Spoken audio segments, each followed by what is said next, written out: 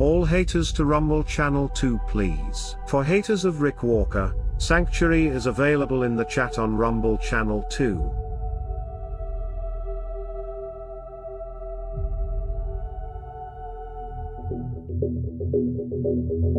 Greetings Mavericks and new viewers.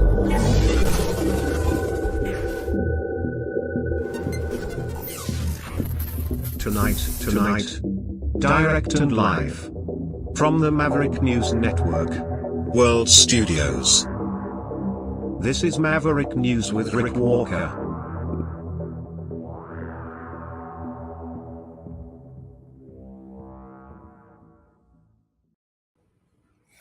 We're back, and so are you. Great to have everybody here. Special guest, special broadcast tonight. David Wiley, who has been on the program before, Senior Policy Advisor for the Strength Through Peace Institute, is waiting in the wings. He's going to come in and help give us some perspective on this upcoming Putin-Trump Summit in Alaska, and we will be touching some of the other interesting developments out of the White House. Most notably, I guess, the decision to bring in the National Guard to Washington, D.C. We'll touch on all that stuff as well when we come back on the other side of this.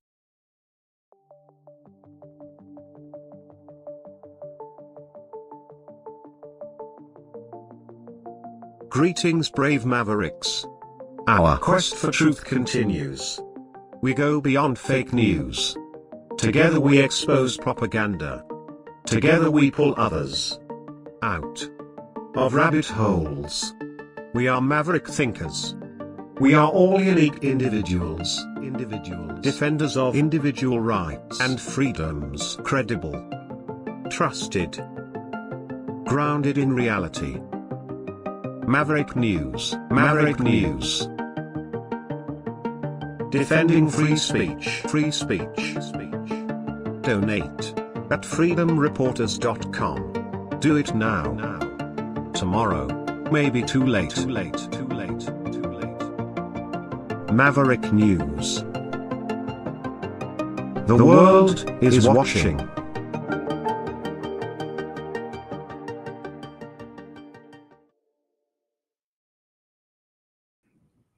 Okay, let's bring our guest for the evening in. There he is. Hello, David. Welcome back. Thank you for having me back on.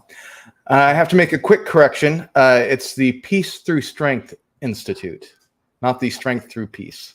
Yeah, you know why I do that? Because I say that backwards sometimes myself, because I'm like, wouldn't it be great if the world was stronger because of peace? So I apologize. Yeah. That's a little personal thing for me, and it just slipped out. I apologize for that, but now I stand corrected.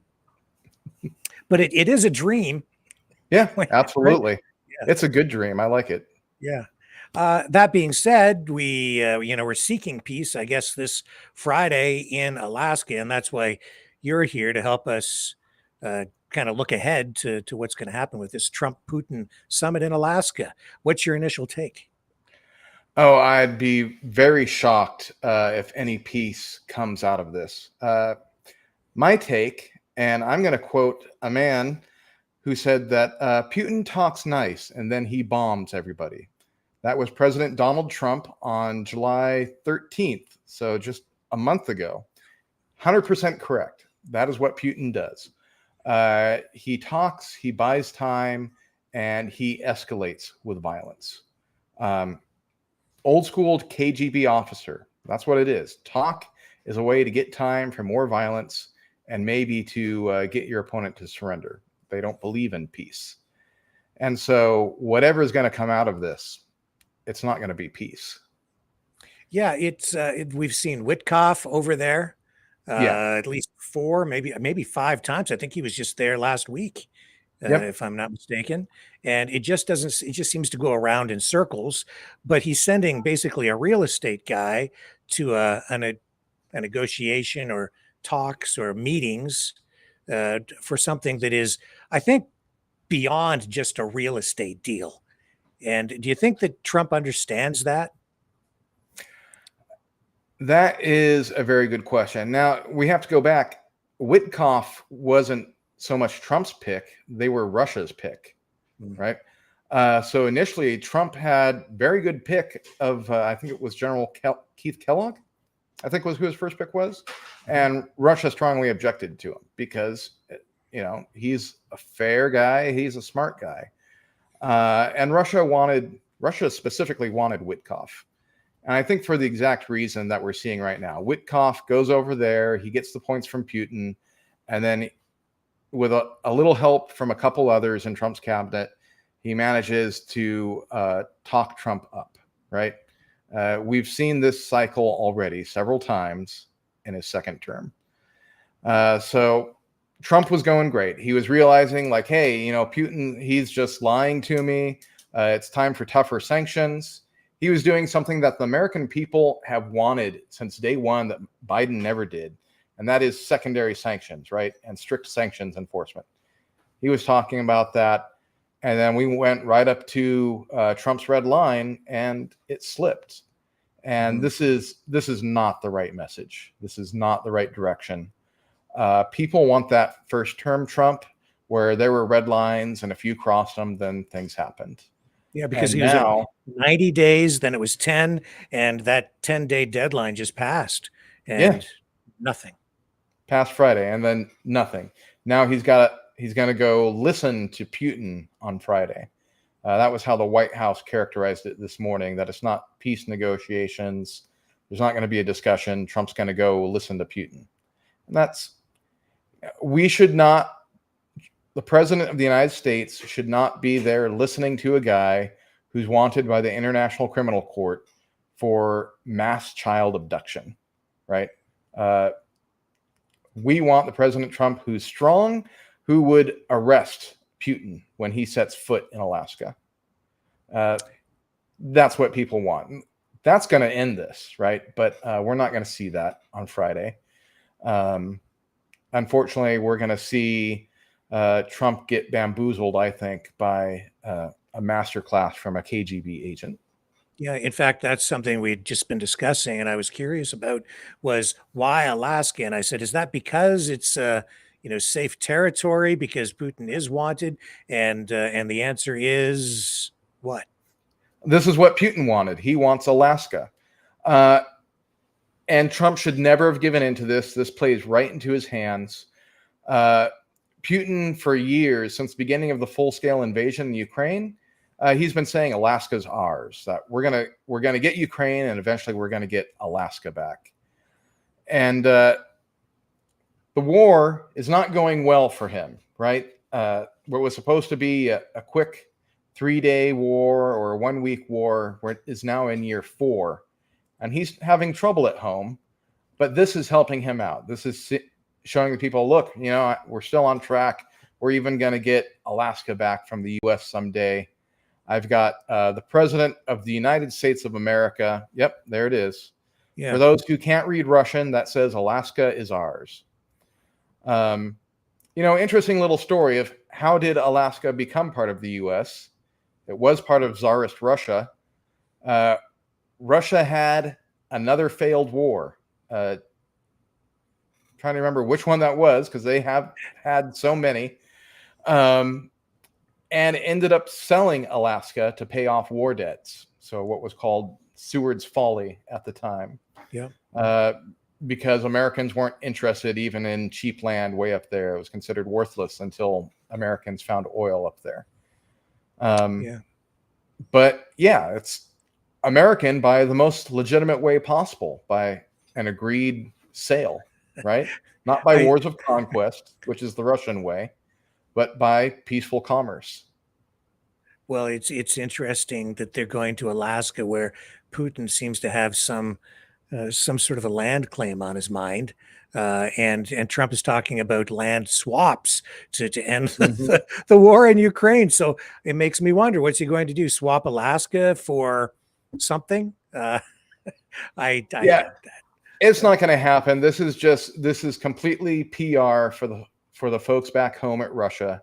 This is a PR coup to Putin, who's been trapped in Russia for the most part, right? Because of this international warrant for his arrest, he's not been able to conduct the prestigious diplomacy that one expects of a head of state. So now he's finally getting to do it, and he's getting to go someplace that Russia claims is still theirs. But you can ask the people of Alaska, it's not theirs. So it is really no accident. This was choreographed and targeted by Putin. He wanted to go there for this reason. Not at all. Normally, heads of state are received in Washington, D.C., and if not Washington, D.C., then at the UN in New York City. To receive someone anywhere else is very bizarre and exceptional. And this is Putin dictating his terms. And, Trump should have just shut it down. Yeah. This is automatically a loss just by the venue. And as we get into sort of what might be on the table as this meeting takes place, you mentioned abducted children. And that's something that I'm not even hearing in the media. And yet we know Russia did abduct, I think, thousands of Ukrainian children, and they want them back. They're holding them. And that's one of the things that Ukraine is hoping to achieve. But over here, we're not hearing any talk about it. Is this even going to be something that Trump is going to address, do you think? I would like to say yes, but we've heard no word of that. Just this last week, the Russian government actually put up basically like a shopping site for Ukrainian children where you can pick them by hair color, eye color, has reports on their dispositions, and you can pick a Ukrainian child who's been taken from their homeland and put into the Russian system.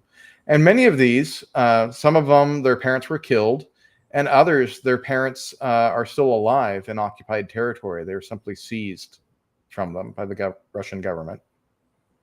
Yes, and then the other issues that seem to be in play here, as far as I can tell, they're all the same issues that we've been hearing about really since the beginning of the conflict, and that is to say that Putin is dug in. He's not willing to give up any of the territory that they currently sit on with their military inside Ukraine. Ukraine is not willing to give up any territory because Zelensky came out just days ago and said that the Constitution prevents him from doing that anyway.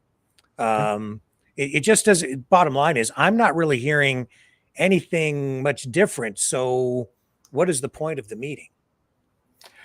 That is a very good question. In my opinion, there is no real point for the U.S. This is Trump thinks he's winning by getting Putin to the table, and he's not. This is Putin winning by bringing the U.S. president down, by setting it in a venue, saying, "Look, we're victorious. Next, we'll be marching on the United States," which is his dream, of course, but not going to happen. And he can show that he can still travel and command an audience. So this is just a win for Putin, but it's not the reality. He's 4 years bogged down into a war, and he's demanding that Ukraine surrender territory that Russia hasn't even laid foot onto yet. He wants all of these districts for Ukraine to give up territory that they're still defending. And it's not going to happen. And in fact, Putin is demanding not just the territory that Russian troops are currently occupying. He wants additional territory that they haven't taken yet. Is that correct? Correct. Yeah, and that's been his demand the entire time, but he's still holding to it, right? So I'll give you peace. Just give me land. But you know what? Nobody who's paid attention believes that. Since the collapse of the Soviet Union, Russia has expanded 8 times by conflict, right? They've violated, I think we're getting close to 30 treaties and ceasefire agreements just with Ukraine. So what's the enforcement on this, right? The Budapest Memorandum, I mean, the U.S. isn't really sticking to that at this point. So what's really going to give any assurance to anything? Nobody's bringing anything. I don't think there's any pretense here. I think the point of this is really just to put pressure on Ukraine. Say, look, Russia did something, so it's Ukraine's fault the war is still going. But it's not. Russia started this. Russia is keeping this going. Russia can go home anytime they want. And in fact, I think it was just yesterday, Trump again blamed Ukraine for the conflict. He seems to Mhm. flip and flop and go back and forth about who's responsible and how it started. He seems confused. Why? Yeah, I heard that yesterday, and it sounds to me like JD Vance is talking. This really doesn't make sense. Uh, we've had a month of Trump sounding well informed on the issue, speaking well, and all of a sudden, as you said, now yesterday there's no difference with the talking points that could have come from JD Vance or straight out of Moscow. Um, is this the art of the deal? Is he trying to talk up Russia for something? That would be nice, but we've gotten no clue out of any concession. And you know, how far we're in the eighth month here, we've gotten no concessions out of Russia so far. No peace, no slowing down. Putin is still escalating. He's increasing the rate at which he's attacking civilians. And we're seeing Trump. I see headlines today that Trump and Vance are going to meet with Zelensky ahead of the summit. How important is that? Is this just going to be, this is going to happen, I guess, virtually? Is this going to just be an online abuse session again, attack on Zelensky like we saw in the Oval Office where they gang up on him? I hope not. With Vance there, it probably is. Vance really has no place in that meeting. Trump absolutely should be talking to Zelensky, but it should be the U.S. president conducting diplomacy and not the vice president. I really want to know what J.D. Vance is doing there. Why is he being brought into this again? He's been a disaster every single time.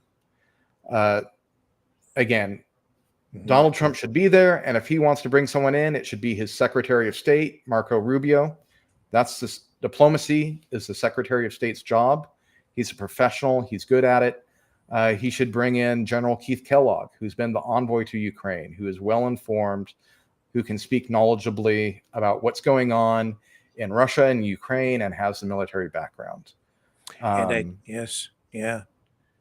I'll Vance let was, people online discuss what they think JD Vance's qualifications are, instead of just getting the after action report that a vice president is due.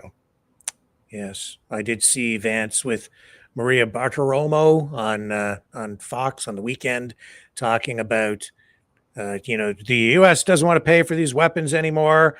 It's we don't want to be involved, but if Europe and Ukraine want to buy them, then that's he's just explaining the pivot there as well.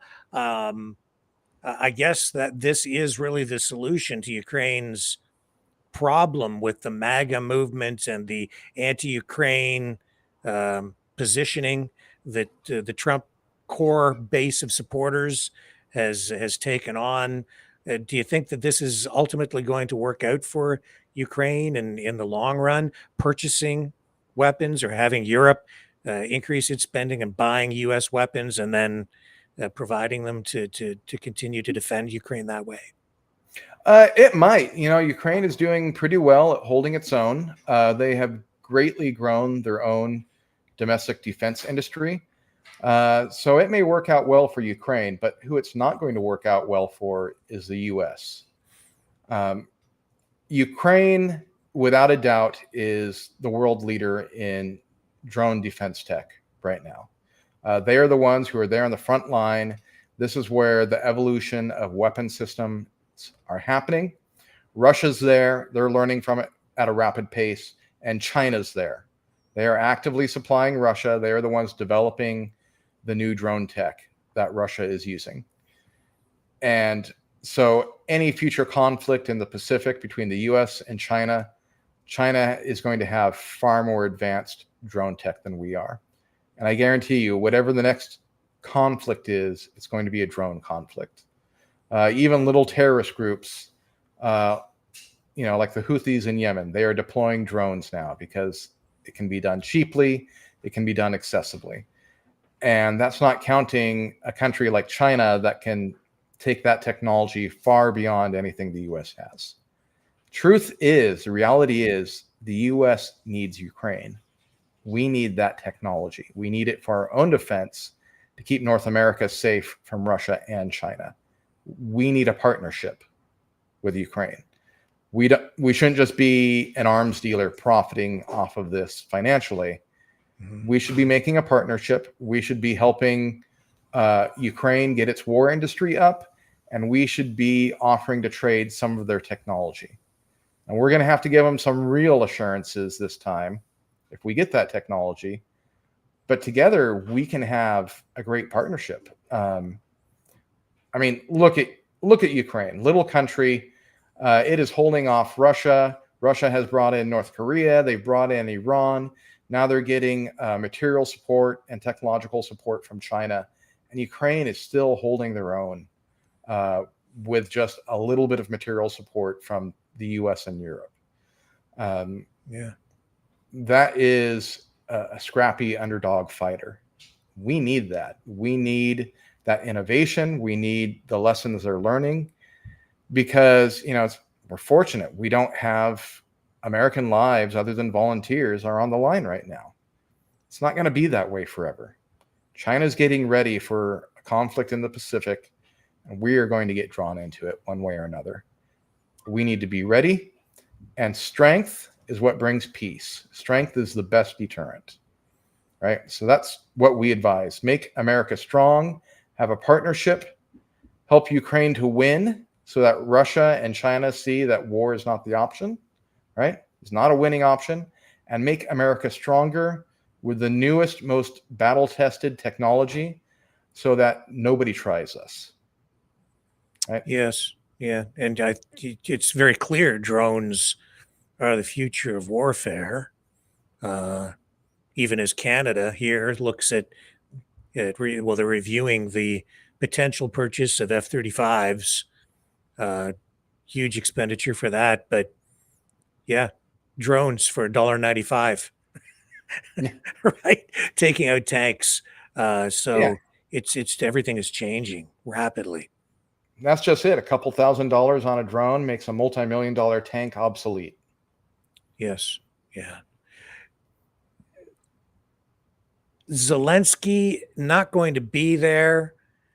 There was some talk about him possibly being involved, but again, I have to wonder, what is the point well, I guess there could be a point, but you can't make a deal. Like our prime minister met with or talked to Zelensky a couple of days ago, made a statement saying any path to peace has to include Ukraine. It has to include the president of Ukraine. So again, is this meeting going to be productive at all? Can it be productive without Zelensky involved? It can be productive for Putin, right? Before this has even started, he's gotten quite a lot out of this, right? What is Donald Trump hoping to gain? I really don't know. He wants the Peace Prize, the Nobel Peace Prize. That's what he wants. You have to actually deliver peace, right? Mm-hmm. And without Zelensky there, without European leaders there and involved in this, and without real peace being an option on the table, we're not going to get it, right? Yeah. And he's already gotten Trump to back off those secondary sanctions. So that's what Putin wanted. The Russian economy is being crushed right now. And if Trump had carried through on his threat, they might already be going under. So Putin's a big winner already. And I do not understand what we can possibly get out of this as a concession, unless it was on the table that Putin is arrested when he steps foot in Alaska. But, that would be a nice surprise, but I don't see it happening. Yeah, well, the fallout from that would be substantial. If he were to be arrested by the U.S. in Alaska, boy, yeah, that would destabilize things just a little bit. Be an interesting turn of events. Crimea, Donetsk. I mean, these are areas that Putin has clearly demarcated as saying, like, we're not leaving these areas at all. So when Trump is talking about a possible land swap. Do you have any idea what he means by that? Does that mean Russia swaps some of Russia? Like Ukraine doesn't have that card to play anymore because they're not inside the Russian border, I don't think, with any troops. So I'm having trouble understanding what that means.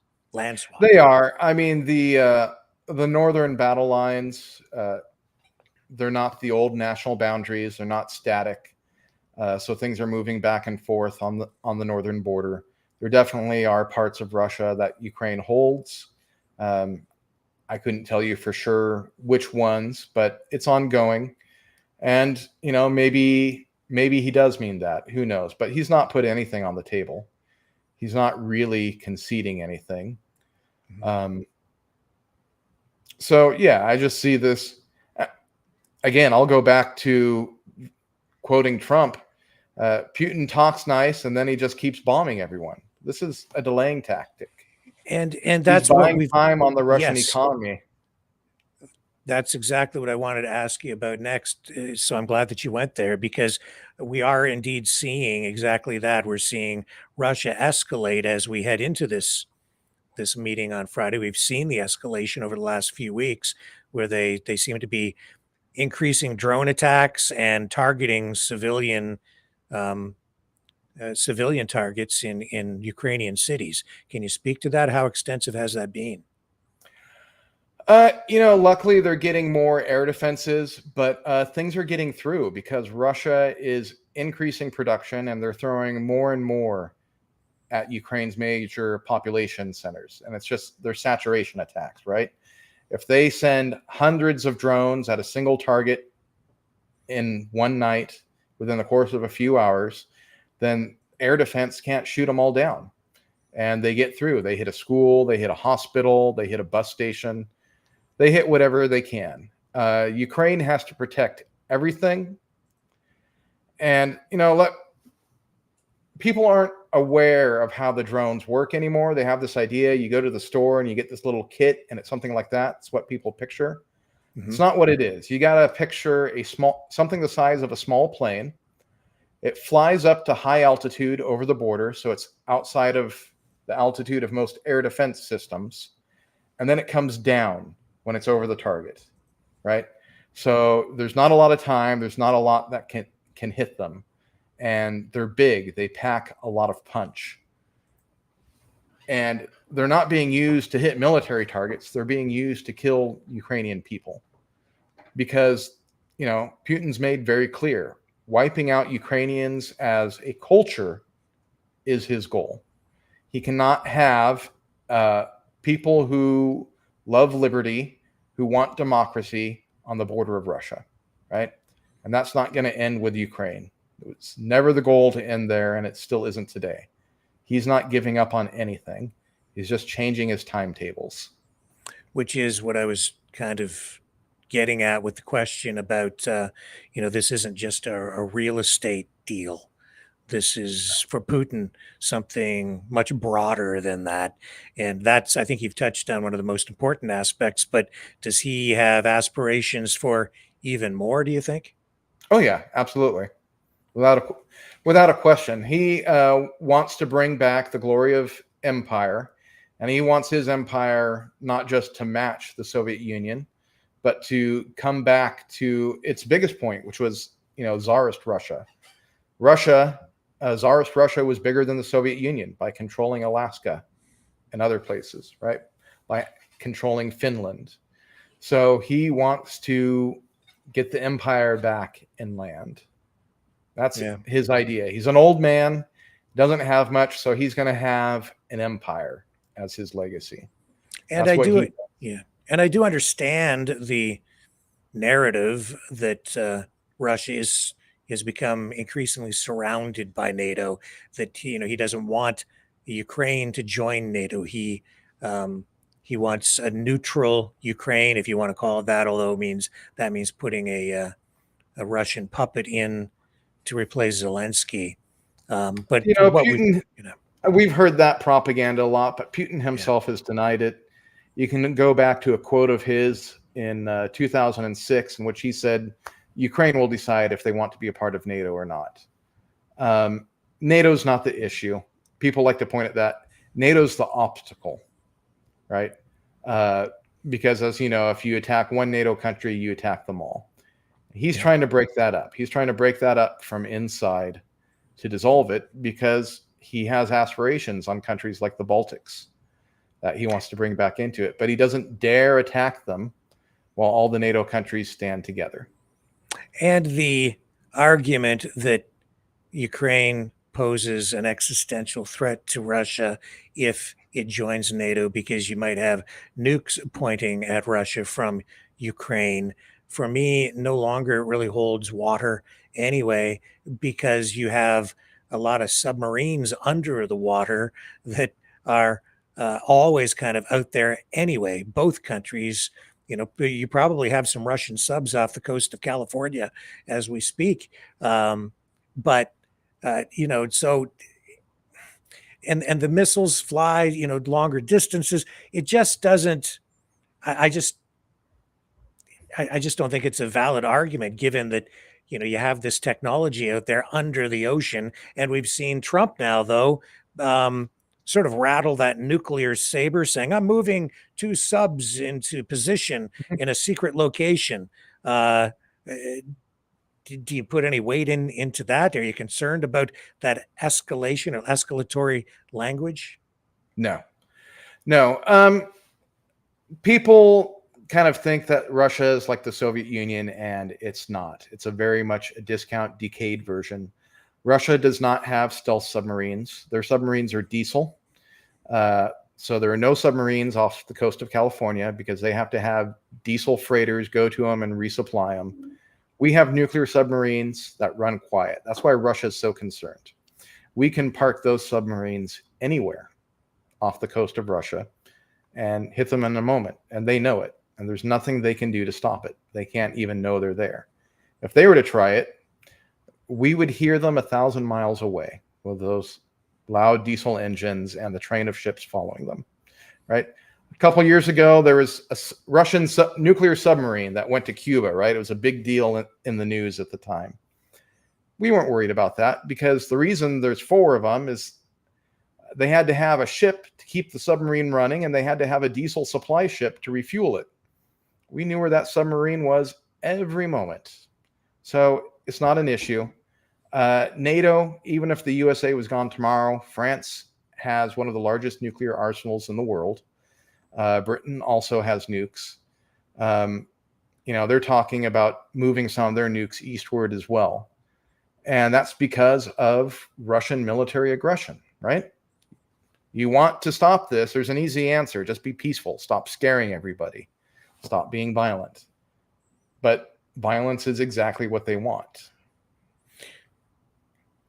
And it's at kind of a stalemate at this point. I don't know if stalemate is the right word, but Russia absorbing heavy losses. I hear as many as 100,000 soldiers in the last year alone have been killed and or severely wounded. I think killed. And I'm not sure that Russia can even sustain that.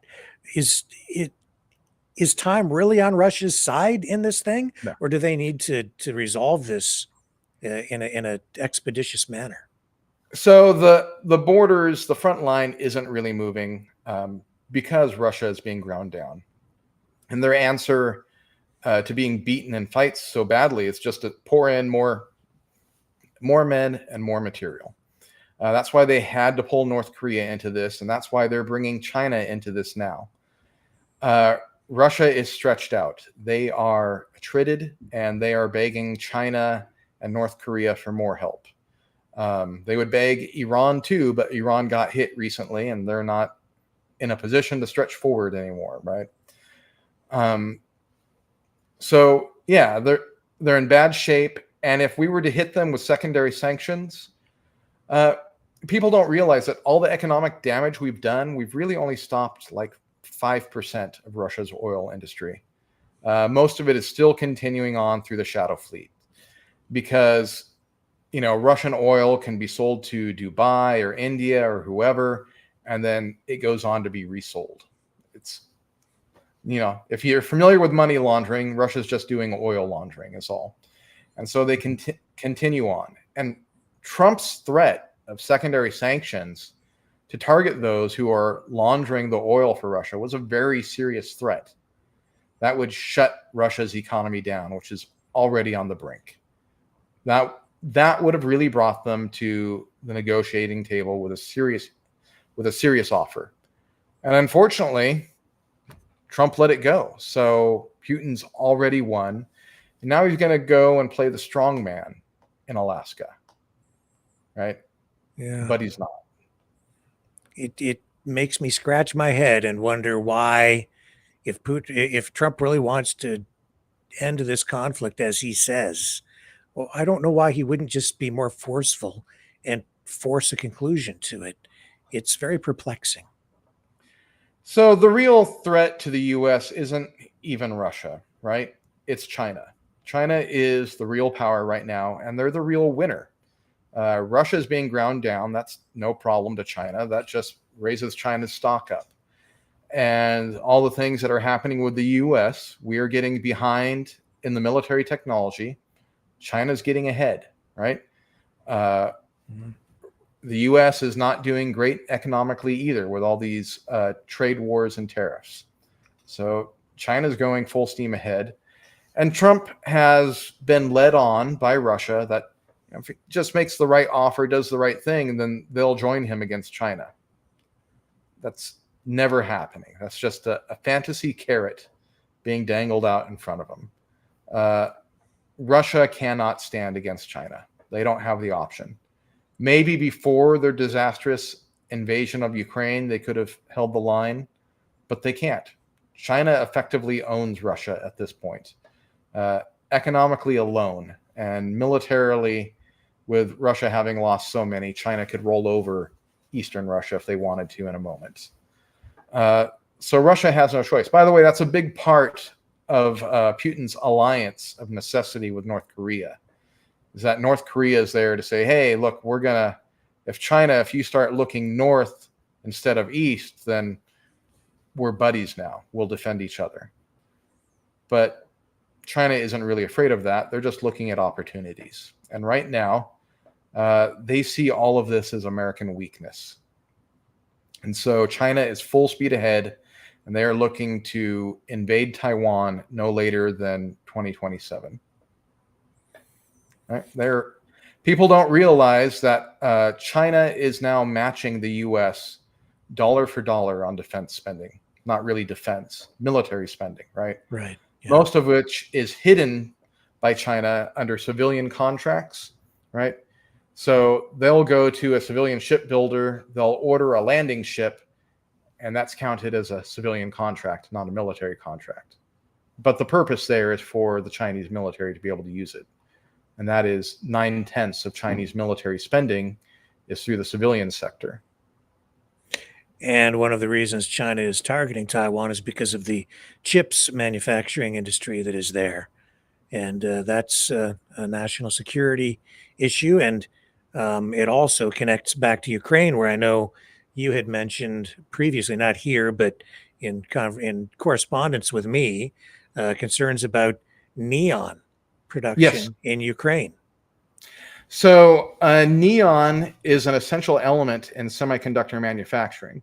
So even if China doesn't take Taiwan, even if South Korea and Japan continue on producing their microchips, even if we build semiconductor here in the US, it can all be shut down by cutting off the supply of neon, which is an essential element in semiconductor manufacturing. Now, China is already one of the main world suppliers of neon, but one of the others is Ukraine, which shipped a lot of neon from Mariupol, which Russia took, and is no longer producing neon, but also the port city of Odessa, which that is flowing now again. So that is keeping Europe and America and even East Asia with a supply of neon. Now, South Korea is trying to get neon manufacturing up, but they're not there yet. So with that, if Russia was able to shut down manufacturing in Odessa, right? And even though they're not there with troops, they can bombard it with missiles and drones and make, shipping and production nearly impossible. They could strangle the world. And again, China's learning the lessons of a war of attrition. We might have good technology today, but if we can't manufacture, and we've shown we cannot manufacture at scale, we cannot send the ammunition that is needed for a conflict the level of Russia and Ukraine. We cannot sustain it because we do not have the ammunition factories for that kind of prolonged conflict, right? In the short term, the U.S. can still dominate any conflict, but as it wears on, particularly in a conflict with a country like China, we are at serious risk right now. Not even necessarily because of our military, but because of our industrial capabilities. And that is why even a conflict like we're looking at in Ukraine, it's much more complex than you kind of get with the 10-second soundbite news that you see on social media or on the the mainstream media networks, because you're dealing with all kinds of issues like neon, which I'm sure most people have not even thought about. Or now you have Trump over there with the minerals deal, and as you pointed out in the communications we've had today, if Ukraine is lost, that puts 90% of all the neon gas production in the hands of Russia and China. And so even though efforts are being made to reshore chip manufacturing to the United States, it's all for nothing if you don't have the raw materials to produce the chips. Yeah, exactly. So when people say that this war isn't our war, yeah, it is. It's absolutely our war. All of these things are our wars.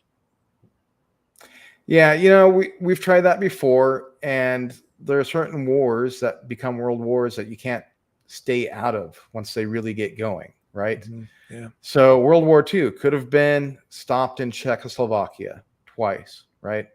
It could have been stopped at Poland. But when the world failed to act at those points, that was World War II, right? And the U.S. continued for years to try and stay out of it, but we got dragged into it because that's just the inevitable escalation. You have to have either a path to de-escalate to peace, or escalation is inevitable, right? And there is no path being put forward to make Russia peaceful again, right? Even if we're talking about a ceasefire, what's to stop Russia from starting up again at Ukraine or somewhere else, right? And I have to say, we're pivoting here, but you and I discussed talking about this as well.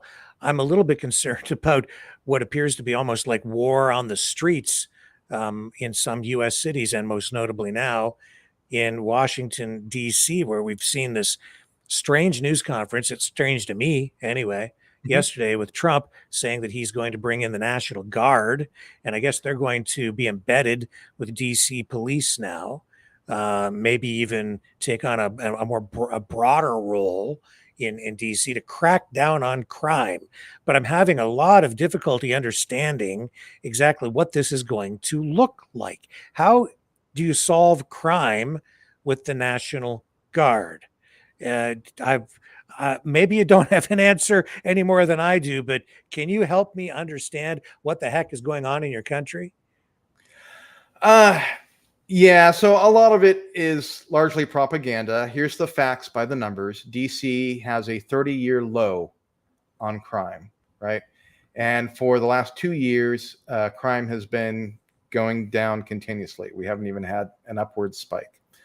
What happened was a intern who used to work for Elon Musk, now works for Donald Trump, who goes by the moniker Big Balls, got into a fight with a couple of teenagers and got beaten up on the streets of Washington, D.C.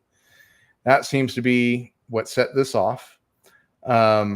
I don't know why this is so scary, or some people say that maybe it's just an excuse. But president has the authority to bring in the National Guard if there's an emergency in DC to keep the peace. Will it keep the peace? Well, if you have a guard posted there, maybe. I don't know that the National Guard is going to be allowed to have firearms, live ammunition this time, right? So often when the National Guard is deployed to Washington, D.C., they're not actually given ammunition. They might have guns, they might not, but the guns usually when they are not loaded. So it's an intimidation factor. If there's a guy with a gun there on the street corner, then it looks intimidating, at least until something actually pops off and he can't shoot back, and then the illusion breaks, and then all hell breaks loose afterwards. But some people are saying that this is a grab, that he wants to put troops in every U.S. city. I don't believe that. He doesn't have the authority to put them in every U.S. city. Just Washington, D.C., District of Columbia is different because it's not a state. It's directly under the federal government. So it is under the authority of the U.S. Congress and the U.S. president. Okay. So that's the main difference, is the areas of jurisdiction legally. Yep. So he has more authority there. Okay, now I'm understanding why that sort of plays out the way that it does now. Nevertheless, when he says that he's going to get rid of the slums, and then I'm seeing headlines today where I guess he is advising, or the administration is advising, homeless people to go, or people in tent cities to go to shelters, or some other facility, or go to jail. So what I was saying yesterday was, well, what will this look like? Are they just going to go in there and just arrest all the poor people, and then bulldoze the homes that they were? I don't know. What are they supposed to do to crack down on crime and get rid of the slums? Do you just start arresting people because you think they look like they might commit a crime? I don't know how you do that. So a lot of U.S. cities have tried this. They make it illegal to camp outdoors. Now, the U.S. Supreme Court struck this down in a decision against the city of Boise in Boise, Idaho, because there has to be an alternative. You can't just tell people to get off the street when there's no place for them to get off the street, right? So you have to make something available. So a lot of cities have been increasing shelters, tiny homes, other things to try and get people off the street. But regardless, there's a lot of people who are living on the street who will take up the offer for jail, because then they're going to be on the taxpayer's dime to be in the jail, to get, fed every day, to be, not so exposed to the elements.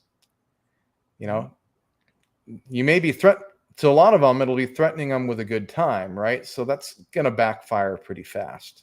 And it would be horribly expensive to house the homeless in our jails, not to mention, what are you going to do with the actual violent criminals? So I don't think this is going anywhere very soon, because it sounds good, but once you start crunching the numbers and trying to do the logistics of making it happen, it doesn't go anywhere, right? The real world runs on math way too often, more than we'd like. I have a prediction. Donald Trump will get a chart, and he'll put a graph on it. And in a couple of weeks, he'll come out and he'll say, see, this, we've beaten crime, and it's the likes of which we've never seen before. Look at my chart. And then it'll be problem solved. Mission accomplished. That's exactly right. But in fairness, I have a tent city just blocks from where I live. This is something that's everywhere, which is why I listened to that news conference yesterday, and it just seemed to me, it was like, how are you going to solve these social problems by bringing in the National Guard? These are issues that have been around. Well, they've been growing in both the United States and Canada, I think in other countries as well. These are complicated things. They just had a municipal council meeting in my hometown, just like they're dealing with the same problem in DC. And last night, our council couldn't make a decision on what they were going to do with this newly relocated tent city that they're trying to locate some other place. So these are, it's not unique to DC, No. right? I've traveled the country a lot. It's in all 50 states. They all have a homelessness problem in all the major cities. I was in Salt Lake City a couple of years ago and stepping over homeless people right on the sidewalks, right? Mhm. So it's not a problem of just the coastal blue cities. It's a problem in the red states and every state. Even Alaska has people who are homeless, right? And there is no military solution to this problem. There is no police solution. We're going to have to work at it. We're going to have to get serious, and we're going to have to understand why people are becoming homeless and deal with those problems. But there is not a quick fix of sending in the military and the police, unfortunately. Yeah. Well, all of this, one way or another, ties together. I think that this thing in DC, it's highly political. It seems like it's very much about optics and, I don't know, satisfying some strange desire among some people in Trump's base to have this crackdown going on crime and homelessness and cleaning everything up. But there's a difference between solving the problem and just sweeping it under the carpet. Well, Is it let me any other? tell you, Rick, about 90% of politics is optics. So yes, you're definitely onto something there. Because, in a democracy, you've always got to have the support of the people. So you've got to show them what they want. And you've got to show it to them twice as much when you're not delivering it. So the politicians who are going to work the hardest at optics are going to be typically the ones who aren't delivering much of substance, which is, I work on legislation. I work in the real world of numbers and making things work. Yes. And tell us, just as we kind of get near the end of this interview, tell us a little bit more about this organization you're involved with, this Peace Through Strength Institute.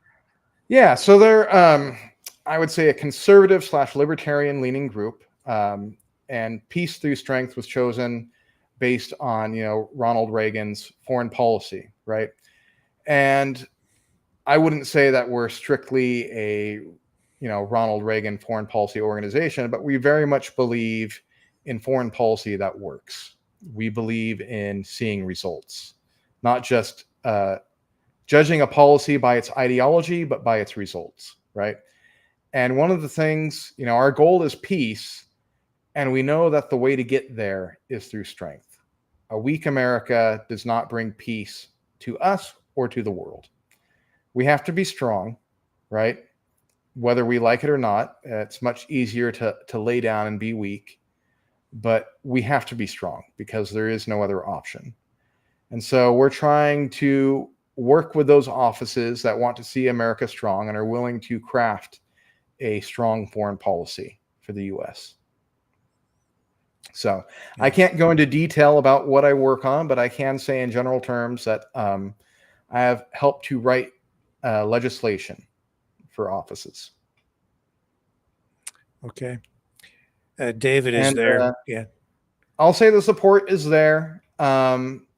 We have to encourage Trump and Republicans when they were saying, like a month ago, when they were on track saying that, yeah, Putin talks nice, but he just keeps bombing, and we've got to take action, right?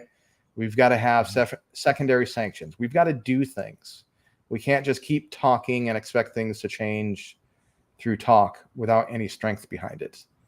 And that's what I would encourage. I would go back to the successful foreign policy of U.S. President Theodore Roosevelt and talk softly, but carry a big stick, right? So keep on that big stick and maybe do a little less talking. Or we don't need to talk to Putin. We need Putin to behave.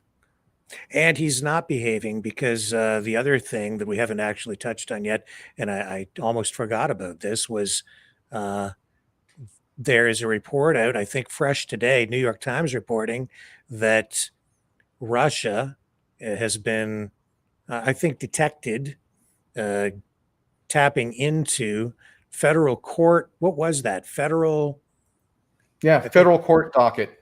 So yeah. where all the file, so that's where cases are filed. So the most important cases in our country, you know, an equal part of our government, the judicial branch. The New York Times has reported that it is confirmed that Russia hacked it. Now, I'm waiting for secondary sources to confirm this, but this is very serious. And going in Friday, if this proves to be true, Donald Trump should take action, right? This isn't a cyber attack by the Russian government on the US government, and we should treat it as nothing less. We should not wait for a Pearl Harbor type cyber attack where they take down the electrical grid or something else. This should be treated as a direct attack on the US, and it should be taken seriously. And one way or another, Putin should be called to answer for it on Friday. I'm afraid that we're just going to take it. And if we don't show strength, if we don't stand up, that's just going to encourage them more. You know, anyone of my age has at some point had to learn how to deal with a bully. And dealing with the Russian government is just dealing with any schoolyard bully. That's what the KGB does. They teach you to be the most effective bully you can. To lie, to abuse, to attack, right? And we need to treat them like a bully. We need to show them that we're stronger and let them know that if they start something, they won't win it, right? So Trump has a lot of options. I'm not going to say we go for kinetics. Maybe we hit them back with a cyber attack. Maybe we just arrest Putin when he's here, which we should do by International Criminal Court. Whatever we choose to do, it should not go unanswered if this was a direct cyber attack by the Russian government. Wait for the confirmation, right? We've got to know that it's real. We shouldn't go off with just the New York Times reporting, but it needs to be taken seriously, right? We can't just keep letting them do this. I think it was in this last week, Finland, where there were Russian ship captains, who cut internet cables in the Baltic Sea, and they arrested them, right? Mm-hmm. Yep. They let that ship, the Shadow Fleet, go because it was registered under another country, but they arrested the Russians who were responsible for cutting it. That's how you take it. You don't let them go. You treat them like any other criminal, and you make them pay the price for what they've done. Yeah, well, we've seen escalation on that front for sure. Anything less is just going to invite more attacks and more abuse, and eventually we'll be forced to take more drastic options to stop it. So stop it sooner, stop it earlier, stop it before it gets worse. And at the risk of getting into, tabloid territory, do you have any comments on the perspective that maybe this meeting coming up on Friday and maybe what we're seeing in DC with the National Guard is Trump trying to create distractions to take the focus off this whole Epstein issue, which seems to be dogging him? It certainly is dogging him, but if he's trying to do that, he's going about it the wrong way. If you want the support of the American people, broad support, you would be supporting Ukraine. Over 95% of Americans view Putin as one of the enemies of America. So showing weakness to him, that's not going to gain you any support. That's just going to dig him in the hole further. So it's really a big question. Why is he doing this? Whose bad advice is he listening to? And he's already earned that nickname, Taco, right? And we've seen that just with the 10-day deadline, just passing and nothing. Yep. So it's not a good look for the president of the United States. No, it is not. Yeah. David, is there anything else you'd like to add tonight, or think that I might be missing? No, I think we've really covered it. We'll see what happens on Friday. Trump has pulled many a head fake before, so maybe he's going one direction because he intends to pivot As I said, I always leave out hope. I'm just not seeing signs of that. It just looks like capitulation for no good reason. It looks like, honestly, that he's taking the worst advice from J.D. Vance. And J.D. Vance should not be president. Donald Trump should not follow his advice. He should follow his own. People want the first term Trump. To the Americans, I can't speak for all Americans, because obviously there are a lot of Americans who don't want him at all, who didn't vote for him.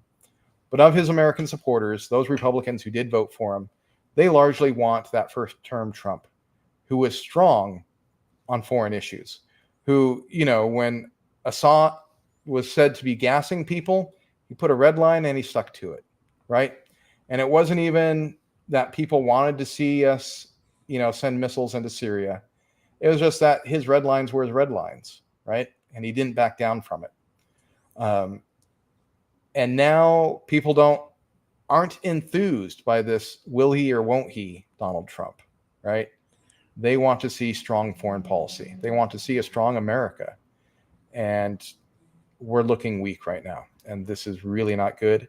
It's not good for Americans. It's not good for Canadians and others. It's not good for the world, because there are bad actors in it.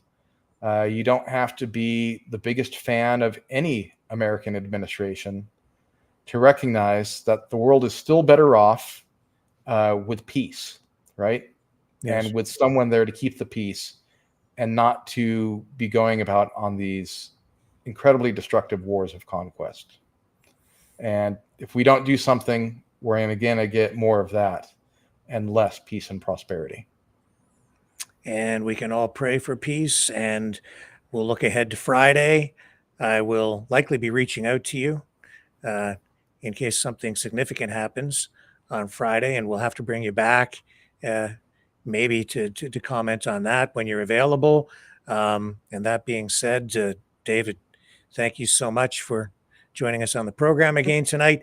And yeah, we can continue to seek peace through strength, but hopefully someday we end up in a situation where we have strength through peace. Yep. All right. Thank you very much. Thank you. And folks, I will be back tomorrow, 7 p.m. Eastern. On the flip side, here's Maverick and the News Brothers and, well, Putin Nukem. Putin's got a plan, sitting in the Kremlin, dreaming of the days when the Soviets were winning. Ukraine's on its way out, NATO in its sight, but its soldiers keep retreating from the fight. Putin Nukem, you got a thing, get up. Putin Nukem, you got a war hanging up. The world's on edge, he's losing his game, but he's ready to light up the flame. Putin Nukem.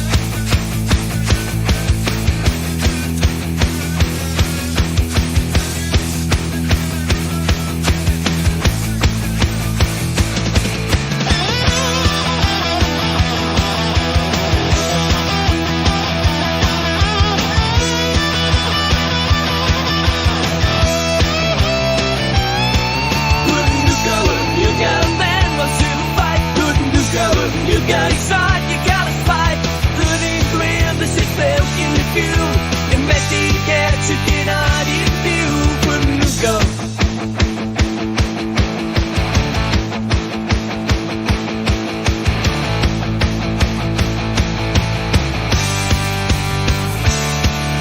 His plans unravel, he goes bruised. The West won't budge and his allies refuse. But instead of retreat, he doubles down. The Russian clouds, it's his final crown. Putin Nukem, you got a reason's gone. Putin Nukem, you got he sings his swan song. The whole world's watching, hold his breath while he dances with the devil of death. Putin Nukem, you got Putin Nukem, you got Putin Nukem, you got Putin Nukem, you got Putin Nukem, you got Putin, you got Putin, you got Putin, you got